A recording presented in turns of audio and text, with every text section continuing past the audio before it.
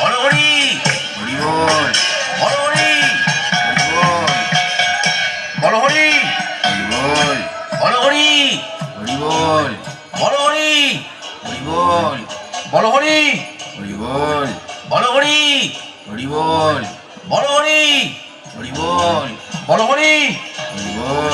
বড় হরি বড় হরি বড় হরি বড় হরি বড় হরি বড় হরি বড় হরি বড় হরি বড় হরি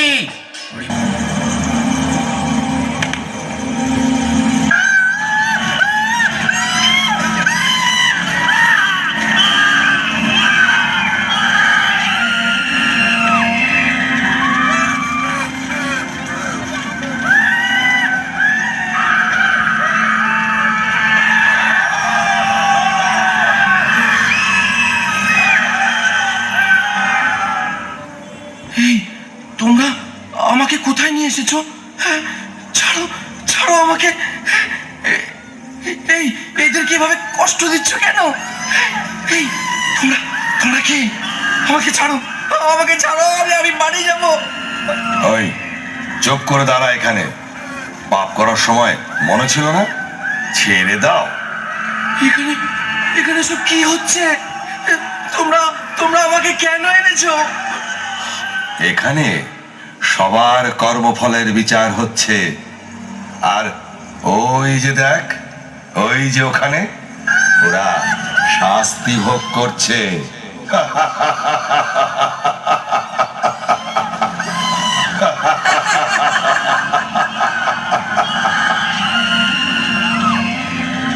এই এ কি পাপ করেছিল? ও মিথ্যে কথা বলে মানুষের সঙ্গে প্রবঞ্চনা করে তাদের টাকা গায়েব করতো। তাহলে চল ওর ওর জিভটা টেনে ছিঁড়ে ফেলি।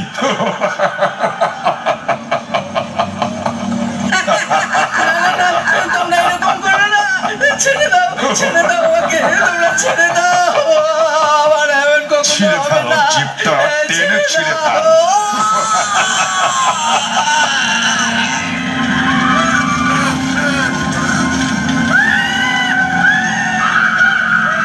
এর কি পাপ? এ জীব হত্যা করে তার মাংস খেত। তবে একে ধর, ওই গরম তেলের কড়াই আছে, সেখানে ফুটন্ত তেলে ফেলে দেই।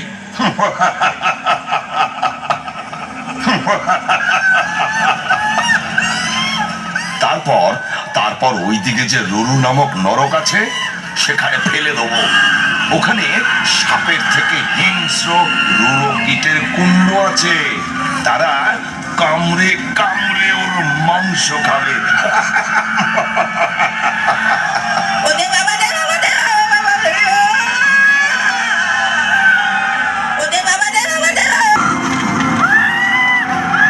এ কি পাপ করেছে?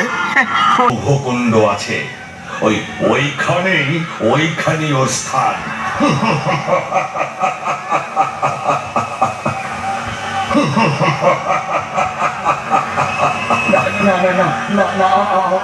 আমাকে ছেড়ে দাও, ছেড়ে দাও। এই কাজ আমি আর কখনো করবো না। ছেড়ে দাও, ছেড়ে দাও, ছেড়ে দাও। এটা এখানে আসার আগে ভাবা উচিত ছিল।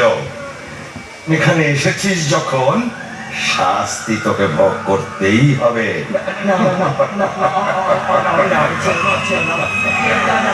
আমি কখনো করবো না। ছেড়ে দাও, ছেড়ে দাও, ছেড়ে দাও।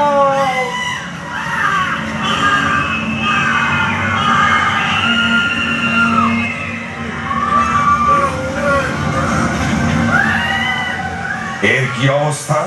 এই পাপিষ্ঠ পরস্ত্রী হরণ করে। ওকে ওকে ওই জ্বলন্ত অগ্নিযুক্ত লৌহখণ্ডের সঙ্গে বেঁধে শুলের আঘাত করো। আমাকে ছেড়ে দাও, আমাকে ছেড়ে দাও, আমাকে ছেড়ে দাও, আমাকে ছেড়ে দাও।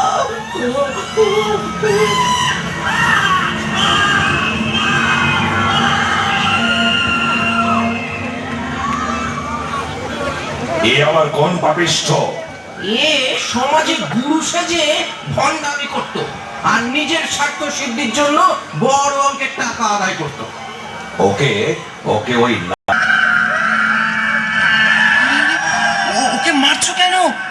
যে আমাদের সুদান কাকা।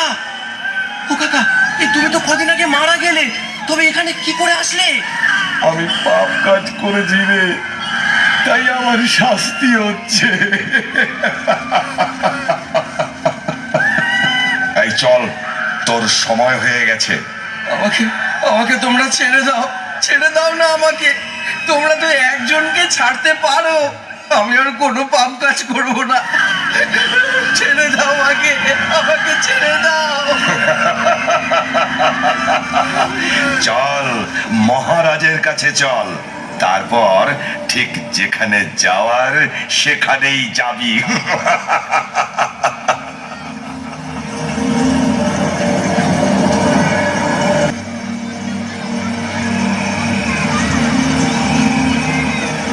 এর নাম কি?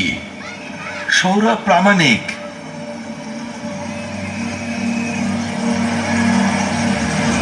আরে এর তো এখনো সময় হয়নি, তোমরা ঠিক করে কাজ করতে পারো না। ভুল মানুষকে নিয়ে এসেছে, শাস্তি তো এদেরকেই দিতে হয়। যাও, যেখানে ছিল সেখানে ফিরিয়ে দিয়েছো।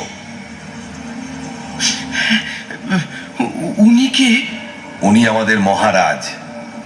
যে যেমন কর্ম করেন সেই অনুযায়ী তিনি তাদের শাস্তি প্রদান করেন। হে মহারাজ, আপনি অনেক দয়ালু মহারাজ। আমাকে আমাকে ছেড়ে দিন, আমি এসব সহ্য করতে পারবো না মহারাজ। আমাকে ছেড়ে দিন মহারাজ, আমাকে ছেড়ে দিন। আরে আরে কি করছো? তোমার শাস্তি দেরি আছে। এই যাও, ওকে মর্তলোকে পৌঁছে দাও। মহারাজ, আমার আমার একটা প্রশ্ন আছে। আমাকেও কি এইরকম শাস্তি পেতে হবে? হ্যাঁ, যে যেমন কর্ম করবে তার তেমনই শাস্তি হবে। মহারাজ, মহারাজ কি করলে এই সমস্ত শাস্তি ভোগ করতে হবে না? বলুন না মহারাজ, আমি আপনার শরণাগত। আমাকে এই ভয়ঙ্কর যন্ত্রণা থেকে উদ্ধার করুন, উদ্ধার করুন। একটা উপায় আছে, তা যদি তুমি করতে পারো তাহলে শাস্তি তো দূরের কথা, এখানেই আসতে হবে না। বলুন মহারাজ, বলুন, আমাকে বলুন কি সে উপায়। মর্তধামে অভয়চরণ ছিল প্রভুপাদ নামে এক মহান ভক্তের লেখা শ্রীমদ্ ভাগবত গীতা যথাযথ গ্রন্থ আছে। তা অধ্যয়নের মাধ্যমে যদি তুমি তোমার জীবনকে কৃষ্ণ ভাবনাময় করে তুলতে পারো তাহলে আর এখানে আসতে হবে না। ছিল প্রভুপাদ? আমার স্ত্রীও তো ওনারই গীতা পড়ে, আমাকে পড়তে বলে। তবে যাও, নিজের পরিবারের সঙ্গে কৃষ্ণ ভক্তির অনুশীলন করো। ঠিক আছে মহারাজ, আপনাকে আপনাকে অনেক অনেক ধন্যবাদ, অনেক ধন্যবাদ।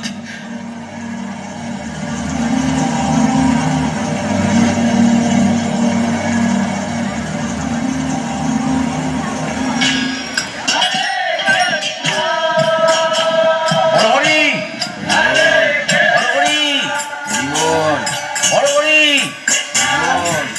বড়হরি, বড়হরি, বড়হরি, বড়হরি, বড়হরি,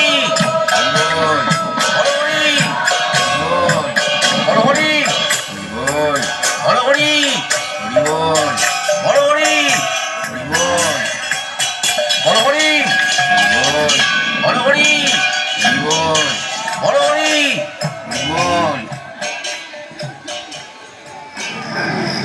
আরে আরে, তোমরা কি করছো? ভূত ভূত ভূত ভূত, পালা পালাও, ভূত এসেছে রে, ভূত এসেছে, ভূত। এ কি? আমাকে সবাই ভূত বলছে কেন? ভূত ভূত ভূত ভূত ভূত, পালা পালাও, ভূত এসেছে রে। তুমি যেহেতু মারা গিয়েছিলে তাই সবাই তোমায় ভূত বলছে। এখন তুমি ইস্কনে যাও আর গীতা পড়ো।